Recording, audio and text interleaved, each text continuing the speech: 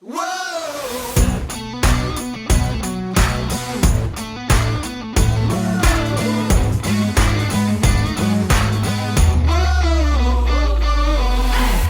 Welcome to the What's Already podcast, where we fashion ourselves cinematic judge and jury. My name is JJ Carter. I'm here with my co-host, Alec Burgess. Let's get it. We appreciate you tuning in. Go ahead and hit that follow, subscribe, bell notification button, likes. Give us all the likes. Leave some comments. Do all that stuff. Yeah, all of them. Go ahead. Tell a friend about us. That'll help us grow the podcast. Tell a family member. Tell a person that you know in a band. Rock Tell a rock star. star. That's right.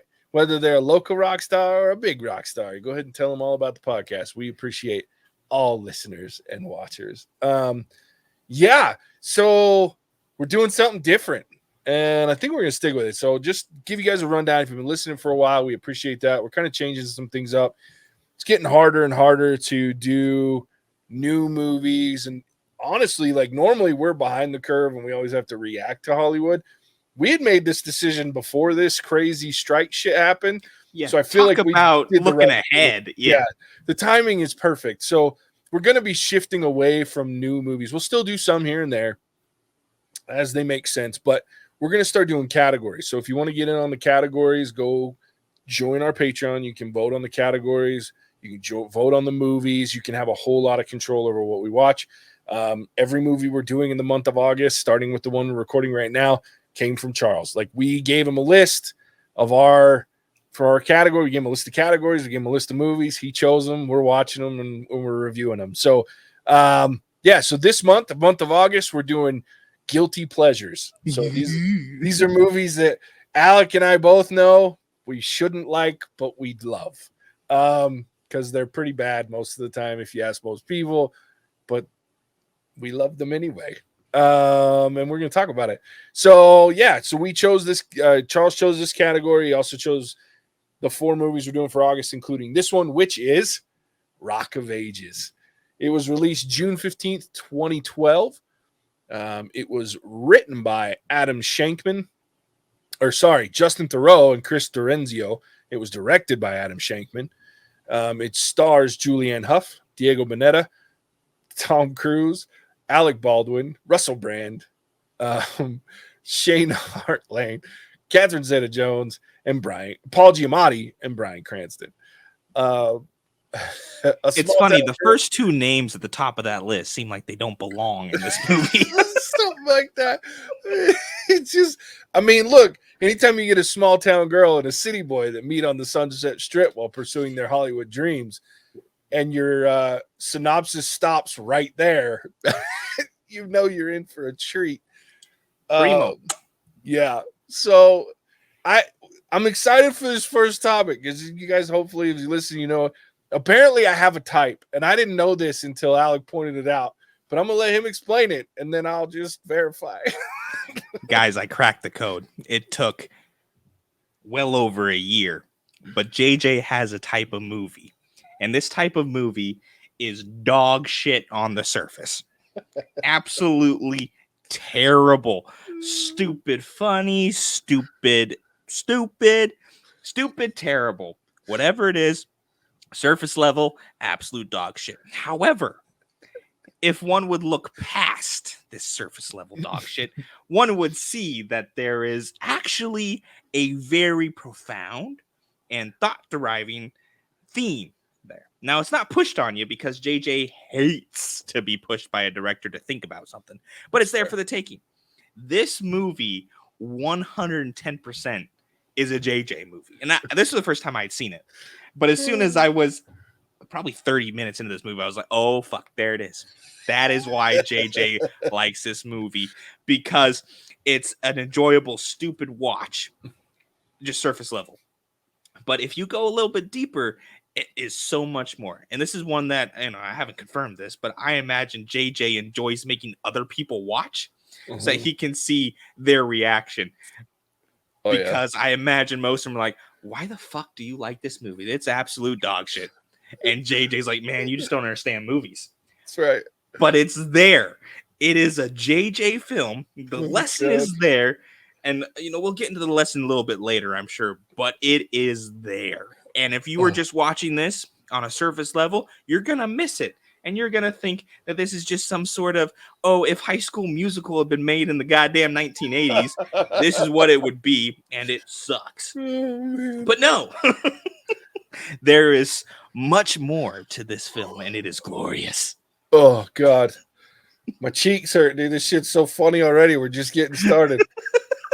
It's so true, though. Like, and you sent the topic over, and I started laughing because I was like, fuck, he's not wrong. Because I started thinking about the movies that I've recommended for the podcast and like the ones that we've done, and almost all of them are like that. Like, I was like, shit, even going all the way back to the beginning with the Tom Hanks one. Oh, God, my brain just quit.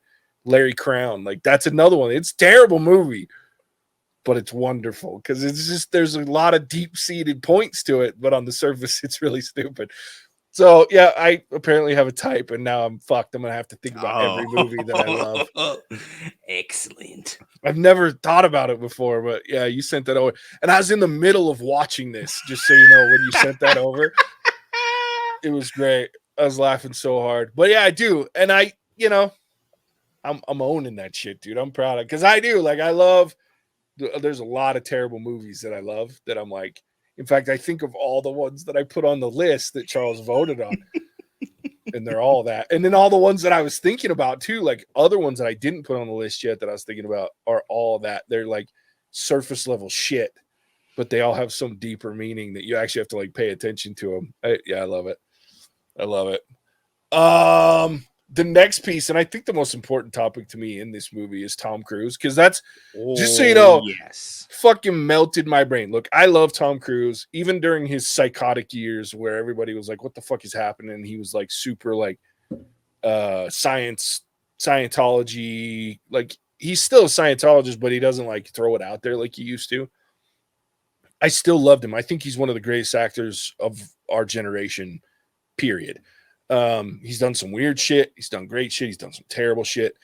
But this to me is like, I love when he does things like this that are so outside of his norm action or serious movie, like a Rain Man type thing, or, it's outside of the hero, like the Top Gun or like the Mission Impossible stuff. Like this he does movie, not run in this movie at all. There is no running.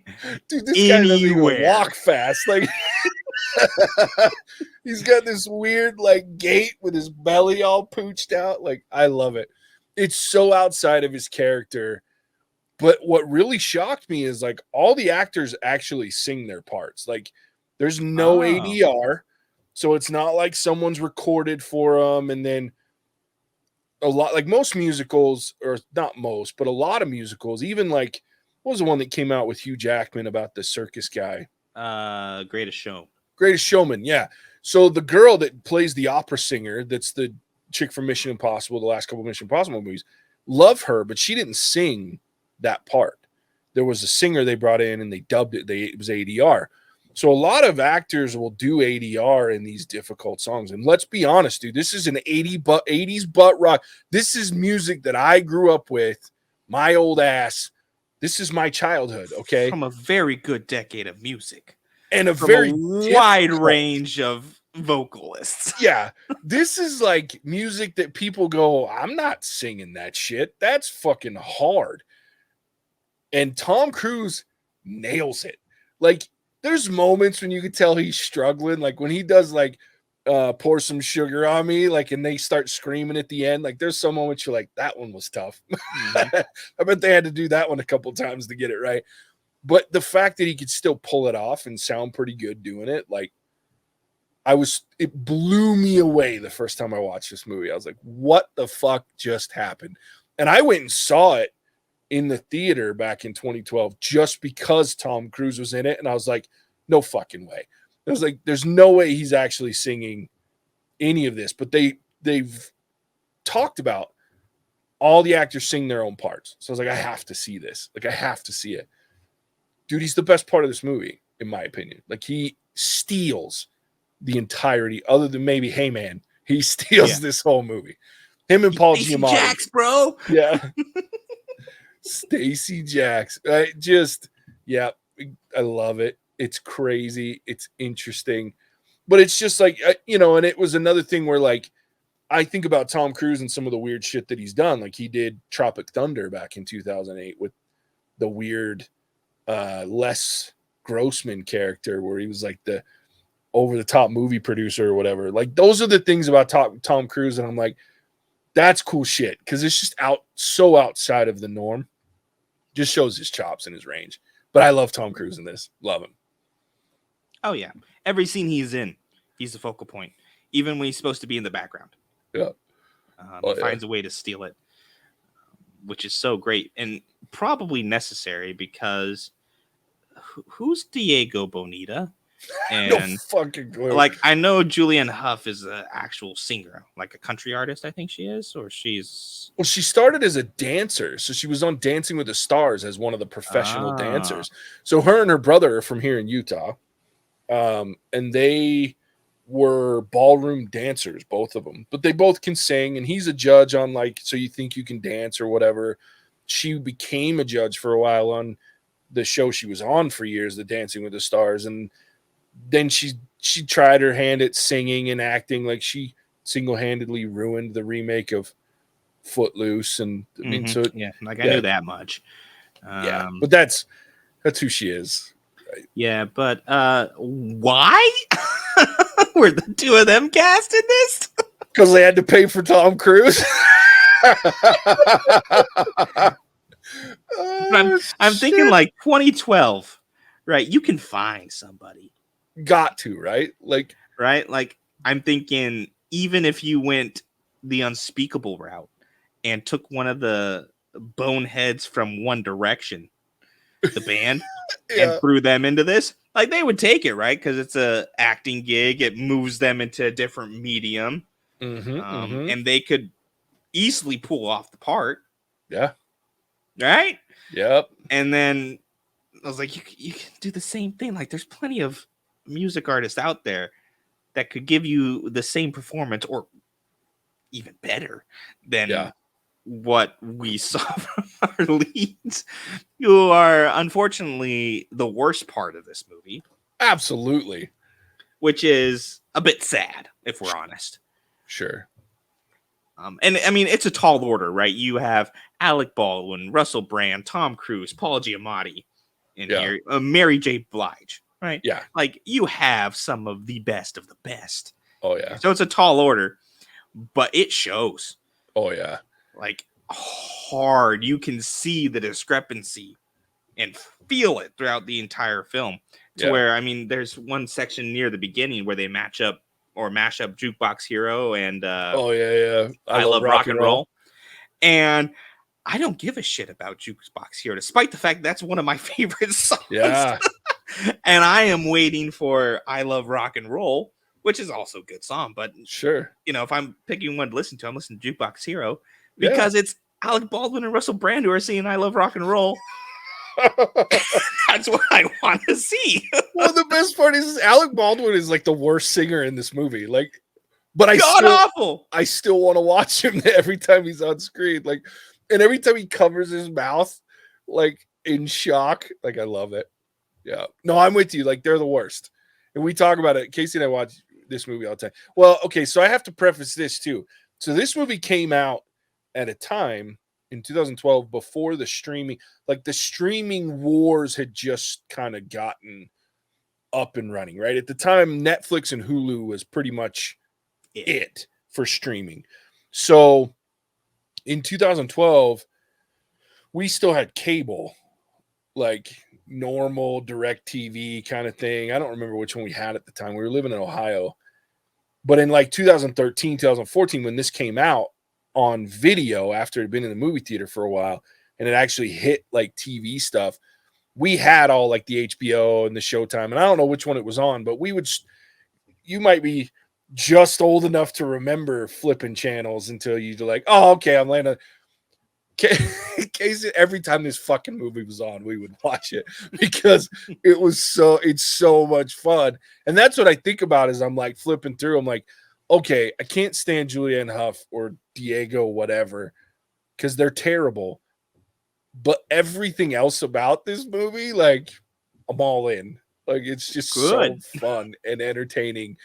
And it's not like they're trying to make some blockbuster movie. They're just fucking No. having a great time. So, but this is another one where the cast is outrageous. I mean, you got Bryan Cranston in here for a few minutes. There's some big actors. Catherine Zeta-Jones is in here Yeah. for a short amount of time. Yeah. It's good stuff. Yeah, so I mean, you have big names, and it's just like, oh, like, yeah, I feel bad for the leads, right? Sure. Because you'd have to be incredible Yeah. to really hold a candle. But for as bad as they were, you'd think they could have gotten some sort of tips, right, from all these stars that are surrounding them. Yeah. On how to be just a bit better. Yeah. Well, and I'm sure they both thought that they were going to be like, this was going to be The like next, their breakout role. You know what Boom. I mean? Not so much. It's just, yeah. And it's not even that they can both sing very well. They just don't have the charisma on screen that the rest of the cast does. So I'm just not interested. Like, the only time I'm intrigued is when either one of them is acting against Tom Cruise. Like, then they're fun. But that's, I think, because Tom Cruise brings that shit out of people. Because if you watch this movie and go, not to go back to Tom Cruise, but I can't help myself because I was just thinking in the moment, like, every time he's acting against someone in this film, their best is coming out. Like, you even think about Malin Ackerman, who's a relatively well-known actress. She's phenomenal in this because she's playing against Tom Cruise. Like, and I'm just like, I love every minute of, like, what Tom Cruise does for this film is outrageous. 4 minutes. 4 8 minutes. You just said 4. Yeah. 3. What I love, if you're listening, you're not going to see it, but when he does the countdown for that song and he's like 5, 4, and he goes to the weird 3, and then the rock and roll, the devil horns 2, and then he flips her off with the 1. I was like, that's the greatest fucking. I used to walk around like going for like years when we were watching it all the time because I think it's the funniest countdown I've ever seen.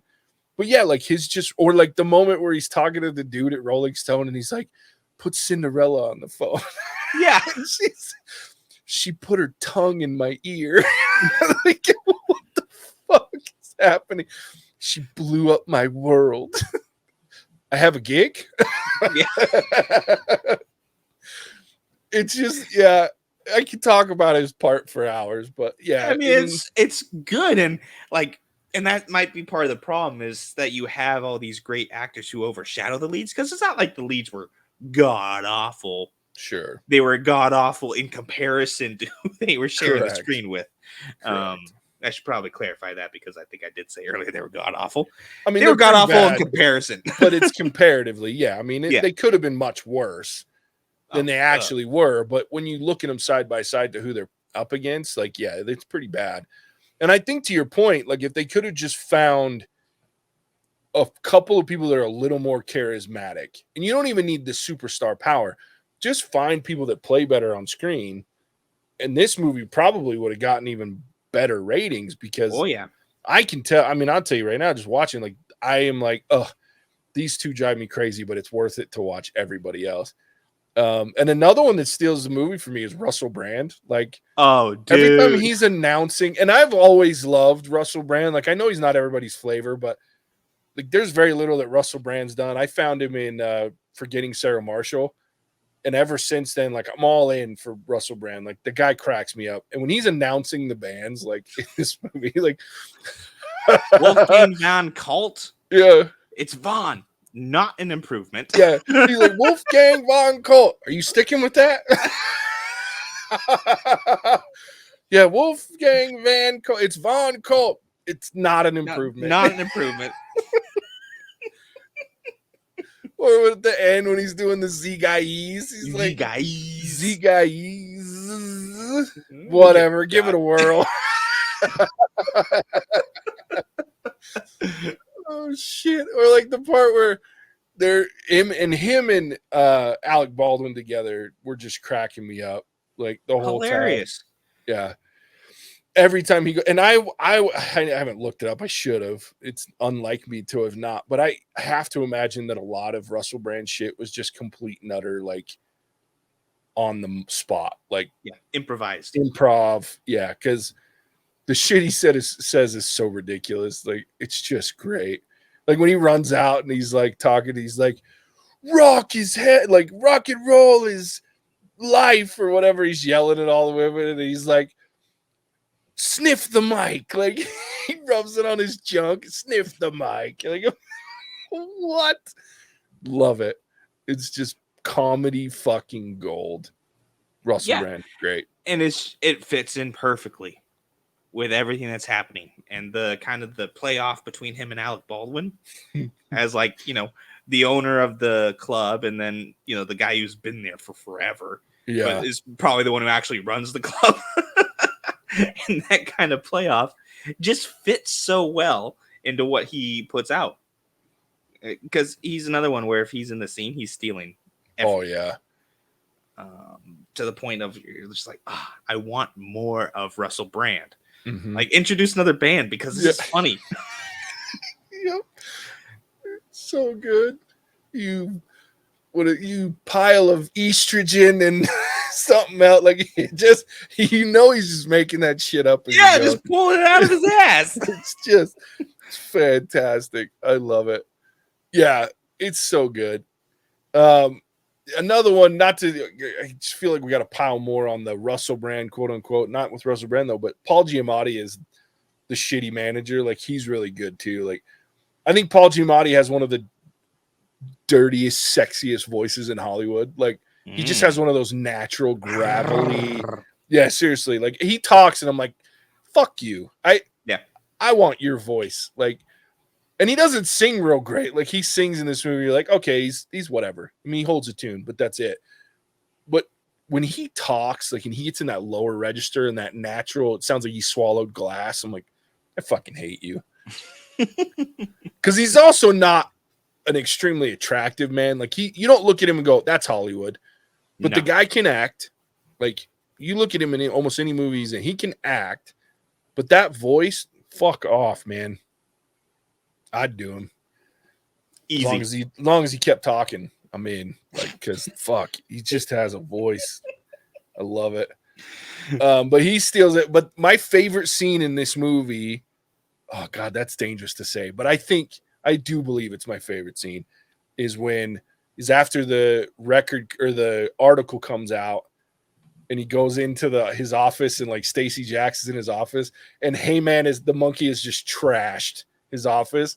And he, like, you see the true, like, Stacey Jackson's just been this ridiculous character the whole movie, but you see the true colors of Stacey Jackson, how rock and roll actually means some shit to him. He's just a little cuckoo for Cocoa Puffs, right? And he's got this persona he's got to keep up, but he throws the magazine and he tells him you got to read. And when he reads the part that he screwed over Alec Baldwin's character and this bourbon room that made him famous, I love that when please don't pour that on my head, the 100-year-old was.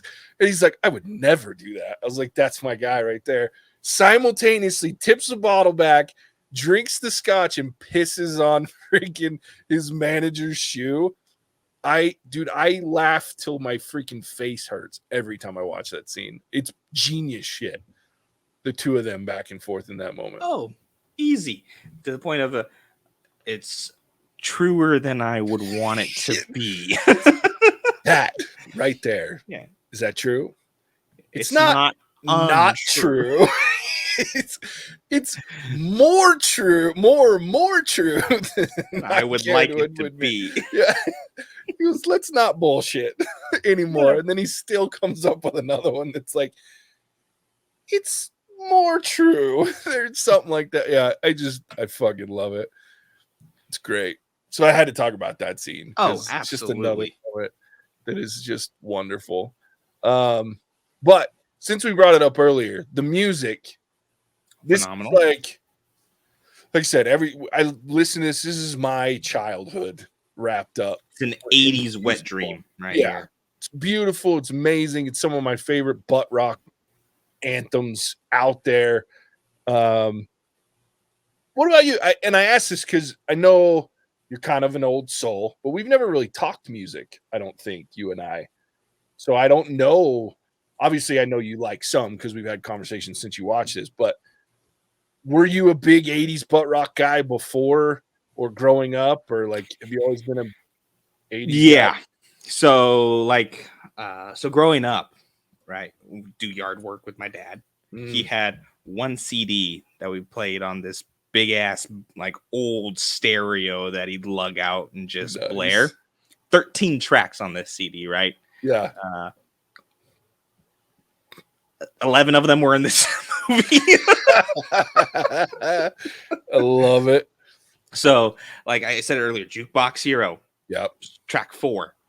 Nice. What is it? We're Not Gonna Take It, Mm-hmm. track 8. Nice. Like this was an integral part of my childhood. Not a favorite one because I hate doing yard work, Sure. but it turned me on to like the 80s and then also like 70s to the 80s to 90s, kind of those transition periods where I was like, okay, this movie's amazing because of all this music, right? This is the best decade or the best 3 decades of music right here. Yep. And then they fucking ruined my favorite Journey song. Uh-oh. Any Which Way one? You Want It. Yep. I knew it was gonna be that one. And I was weird. like, oh, I'm never gonna be able to listen to this song ever in the same way that I used to because it's like a pump up song. Yeah. Like it got to the point where that was on my, like cross country and track and basketball playlist, right? Because it's such an uplifting, kind of balls to the wall song. I'm like, great. Now I'm gonna see is fucking Diego Bonita trying to be a rock star and strippers. Yeah. That's all I'm gonna see now while I listen to this music. And so it kind of brought up this controversy within me. Yeah. Right. Because phenomenal music, and let's be honest, Any Way You Want It fits perfectly to where they put it in the song or in the movie. 100% perfect track for it. But now I'm sitting there going, okay, do you have to ruin it for everybody? Oh, shit. I love Like it. you could have put some dumbass other song in there that would have done just as well. Yeah. Put I don't know. Didn't you put a Michael Bolton song in there somewhere that would serve the purpose just as well? Yeah. And not have it because I was sitting there, I was like, oh no. And that's when I texted you because I was watching it when I was texting you. I was like, Yeah. this is ruined. Yeah, this has ruined my favorite Journey song. I love it. Yeah, and you know what's weird about that one is it's the only one where they like add lyrics in a very odd way because she's singing about the strippers at first, and it's like talking about what is the like Roxy or whatever, and then she adds some weird lyrics. So I'm with you. It's the only one that they really fundamentally changed the song, and I get, again, to your point, it perfectly syncs up because she's talking about becoming a stripper to the main girl, to Sherry. And I'm like, okay, I get that. But I'm with you. It does. I was like, that's my least favorite performance, but Journey is like one of my favorite bands of all time, period. Okay. Period. Like, I love Journey. It's ridiculous. My mom grew up loving Journey, so she introduced me at a young age, and I think Steve Perry has one of the craziest voices on the planet, or had. But yeah, it's just amazing. So I'm not a fan either of like when they do this and I'm like, oh God, because they change the lyrics and they twist it. It's not just like one of these mashups that they do throughout this thing. They fundamentally change the lyrics of the song to fit the fact that she's talking about certain Individual strippers. People, and, yeah. I think one of them's like Candy and the other's like, I was like, fuck, that's just, And then the weird boot slaps and like against the poles and shit. And it's kind of this weird culmination for me too, because I mean, shocker, I've been to a lot of strip clubs in my life. Oh, no, you don't say. Who would have thunk it? JJ going to fucking heathen places? Why would you ever? And I love strip clubs. And I'll tell you what I really like. My favorite part is like women that can actually work the pole. Like, and you can be fully dressed, but if you can work the pole, I think that's cool because I'll fucking die if I get on the pole. Like, there's a moment in the movie, like when one of them slides down real fast. Yeah. Stops like a couple inches. That's harder than it looks. No shit. Well, like all that shit's like crazy hard. And I like had conversations with strippers. I was like, they're really good on the pole. And I'm like, so talk to me about that. Cause like, it looks like something that would give me a heart attack if I didn't fall off and break my neck first. Right. Right. I got sweaty palms. Like I'm not stopping Yeah. myself. It's not happening. Like, and my leg, like if I tried to use my knee, like the under part of my knee to stop my butt, I'd fucking break something. And that's if I stop. So it's just like I'd laugh. And so I watched that. So it's this culmination of like a lot of my favorite things and things that I really think are great. But it just doesn't work because it's like It's ruining the song. You ruin any way you want it. Like fuck. So, but yeah, but to me, like that's the only song that it really ruins. I think the other one that I don't love the mashup of, and I don't remember what they mash it up with, is because one of my favorite songs is More Than Words by Extreme, which is hilarious because Extreme hates that song, like because they're a heavy, like you listen to most of their music and you're like, they didn't do More Than Words, but they did, because most of their shit's pretty heavy, even for the 80s, it's really heavy. But I love that song, and I don't remember what they mash it up with, but I don't love the mashup. That was the only other one that I'm like, oh, but again, it fits the theme, right? What they're doing, but it's not my favorite mashup. The other one for me was We're Not Gonna Take It. Because they mash it up with, I think it's We Built This City. We Built This City, yeah. And love both those songs, but I was like, really, you're gonna give We're Not Gonna Take It to the church going group that's like protesting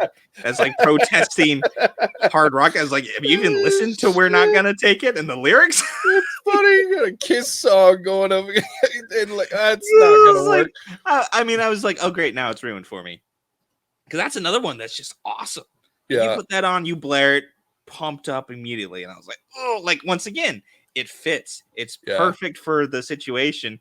But I was like, really, you couldn't find anything else? Yeah, that's fair. Like, even something less well known, because in that mashup, We Built This City can carry that mashup. Sure. Right? You can throw in a less well known song and still have the desired effect. But I was like, really, you put in Twisted Sister for all the sisters we're protesting this. And I was like, oh, please. So that was the other one. But that's fair. Mean, at the same time, it's a very nitpicky complaint because it fits. It's great music. I was just like, ooh, no, now all I'm going to see is a bunch of people who were, my grandfather built this city or whatever it was. Yeah. And I was like, man. I think I'm always too distracted in that scene by all the cameos from it that I never actually paid attention, because you have tons in that on the other side that are singing We Built This City. I don't know if you noticed, but you have like Kevin Cronin from REO Speedwagon, Sebastian Bach of Skid Row. You have Debbie Gibson, the guy from Extreme. I don't remember, Betancourt, I think is his last name. And then you have Joel Hoekstra of Night Ranger and singing over there. So I'm always like, I thought I saw Keith Richards. He might be. I haven't seen him. I'm just going off the ones that I always remember and I can't see because they're right. Like Debbie Gibson's right there in the front. And then you have the other one is Sebastian Bach, who's always right there because he just stands out so much, his look. Mm-hmm. But I've looked through that a couple of times, but I'm sure that there's even more that we don't know about. But I'm always distracted by that. So I don't think I've ever paid attention to the fact that we're not going to take it. It doesn't in that fashion. Yeah, that's fair. That's fair.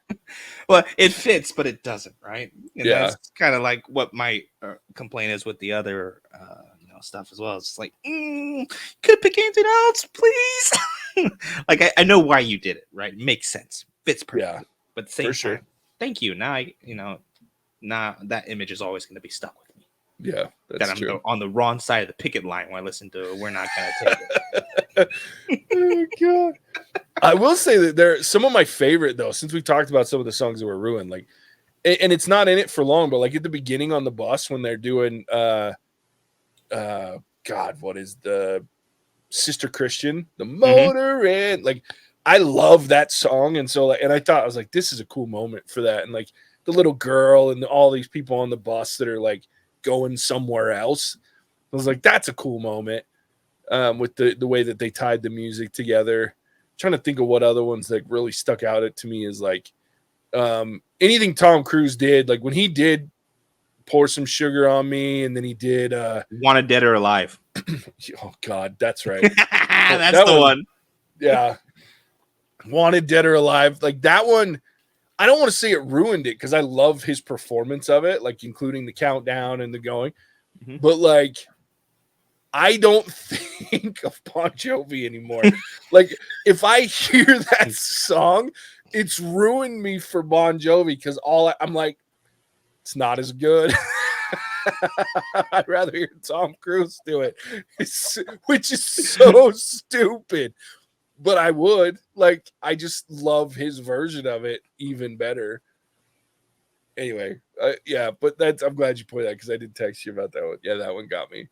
But I just love all of them that Tom Cruise does. Like, I just think it's so funny that he just kills it. I will say that I don't love the version of the end song. Wow, my brain really Don't Stop Believing. Yeah, Don't Stop Believing. Like, I don't love that, but I think for me it's because Mary J. Blige is one of the greatest singers the world's ever known, but her part she comes so out of pocket with the melody of the song that when they're singing at the end, I'm like, stop it. Stop it. Just let Tom Cruise do it. Just shh. Yeah. I'm trying to think of what the other one that Tom Cruise does that. Oh, I Want to Know What Love Is. Like, I love that that he sings with Malin Ackerman. Also another great. That's scene. A tough song. Yeah. But he just kills it. Yeah. So anyway, I could talk for hours. But I can't fight this feeling when like Baldwin and Russell Brand are singing to each other. Oh yeah.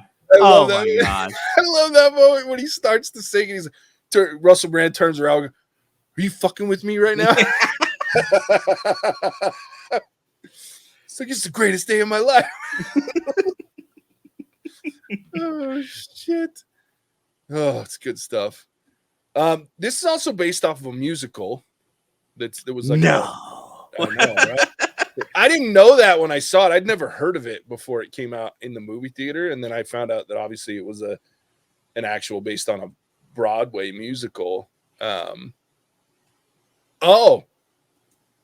no, it didn't. I was looking to see if it had like who starred in the original, because maybe that's why they chose Julian Hough and Diego Boneta. But it doesn't have who did it. Who done it? Yep. Anyway. Yep. Good stuff. All right. Should we rate this thing? Let's do it. Okay, dude. I'm gonna let you go first on this one. Okay. Excellent. So I kind of teased this at the beginning, but JJ's got a type, right? So surface level, absolute bullshit. Yeah, I mean, the first 30 minutes, I honestly was like, oh my gosh, this is High School Musical. And I like High School Musical better. Like, that's what I was thinking. Yeah. But then it goes into this really kind of deep underlying theme about exploitation in Hollywood, especially among young artists who, you know, have a dream, right? But don't know how to get to the top and being manipulated by Paul Giamatti. Specifically, just Paul Giamatti.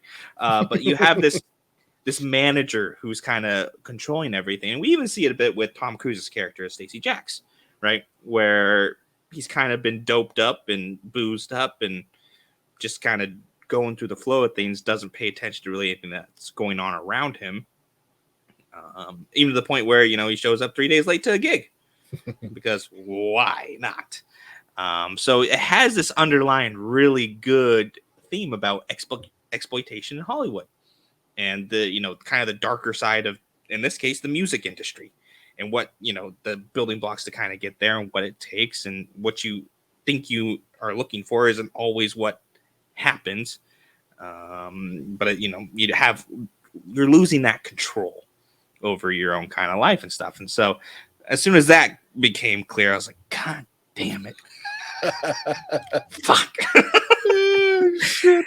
And then, you know, to top it all off, you got great music going, right? So it is a fun watch if you are willing to look past all the goddamn cheesiness. because it is there. It is easy cheese, easy whiz cheese, whatever that cheese in a can stuff That's is. right. Just piled high on a cracker. And I loved it. I hated it and I loved it. I'm gonna give this a 4. Nice. It's tough on kind of a rewatch perspective because it on that surface level, right? When I rewatch movies, I typically rewatch them as background noise. Yeah. And so it's like there's that surface level bullshit, but at the same time, if it's background noise, all I'm doing is like playing the greatest hits from the 80s. Yeah. So I'll probably watch this again easily. And yeah, 4, strong 4, loved it. This is a great way to kick off our guilty pleasure month with Rock of Ages. So yeah, I'm impressed. And JJ totally has a type. I do have a type. In fact, my type will come up again this month. It's my next movie that we're doing will show you guys it's a type. Anyway, oh God. Now I'm always going to start pointing out my own type. I'm not a fan of this. I'm being ignorant of my type. Look, I love this movie. It is terrible, but it's wonderful. I was so glad that we went and saw it in the theater, like I said, Casey and I, because we used to go see everything. Like there was a time when we were seeing movies constantly, and this was during that time. And I love Tom Cruise, so I was like, fuck it. Tom Cruise is going to be in it. Let's go watch it. And sure enough, like I was so pleasantly surprised. And like, look, the movie bombed. Like if you want to talk about box office and being successful, it bombed. People hate it. That's why it's a guilty pleasure, because I know that I should not like this movie, but I love it. I am so entertained. I enjoy the music. I love the performances outside of the lead actors. But it's so funny because it's so good outside of those two that I can forgive the bullshit that or the lack of chops that come from those two, who you can tell were early on in their acting careers. And so it's just like I can be forgiving because Tom Cruise carries it and Alec Baldwin carries it and Russell Brand makes my ass laugh every time. And we didn't even talk about the fact that Bryan Cranston's character as the mayor cracked my shit up. And Catherine Zeta-Jones was like super hilarious and funny in this movie. Your tits have held up well. Like, it's just like there's so many one-liners in this movie and just hilarious, ridiculous shit that I'm just wildly entertained every time I watch it. I laugh at the same jokes. I giggle. I come away. This is one of those movies. It's a rare movie that when I watch it, I leave in a better mood, no matter what. Like if I'm in a shitty mood, this is one of the first movies I think about because I know that I'm going to come away in a better mood because good music, funny jokes that are good and repeatable. So I just enjoy it. I'm also going to give it a 4. Look, it's not perfect by any stretch, but to me, it's worth a watch. And I've watched it 100 times. I'll watch it 100 more. Like it's just, it's on my list. Like I said, of things that if I need to watch a good movie and have fun, this is it. When I told Casey we were watching it, she was like, yes. And we turned it on because that's the fun we have. There is an extended edition. Don't watch that.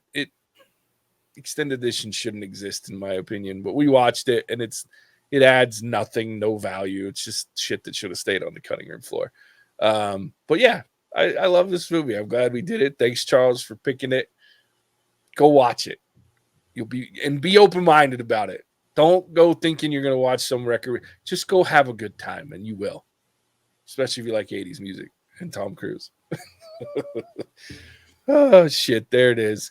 Alec, tell everybody where they can find us when they're not listening to talk about our guilty pleasure. Happy to. So thank you once again for tuning into our review of The Rock of Ages. This was a JJ pick and the first movie in our month of guilty pleasure. We have 3 more to round off the month of August. So with that, hit the subscribe button and tap the little bell notification so you can be notified when those recordings drop. It's going to be a really good month. The Guilty Pleasures list was finalized by our Guilty Pleasure, our wonderful patron, Chat Ginge PT. And if you are a fan of the podcast or just looking for a way to be more involved with the pod as we do these specialized months and episodes, the best way to do that is to join us there, where every dollar earned goes towards JJ's recent colonoscopy.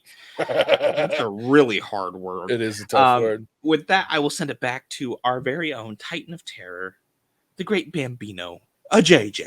Yeah. Thanks, Alec. And thanks, Charles. Chat, Ginge, whatever, PT. Yeah. Chat, Ginge, Chat, Ginge, whatever. Your great name that needs to change soon so I can actually say it. Thanks for picking our movies. I'm so excited. I haven't been this excited to watch movies and record movies for the whole month in a while. We have some bangers coming on the list. It's going to be great. They're bangers, and people are going to listen and go, these fuckers like these movies?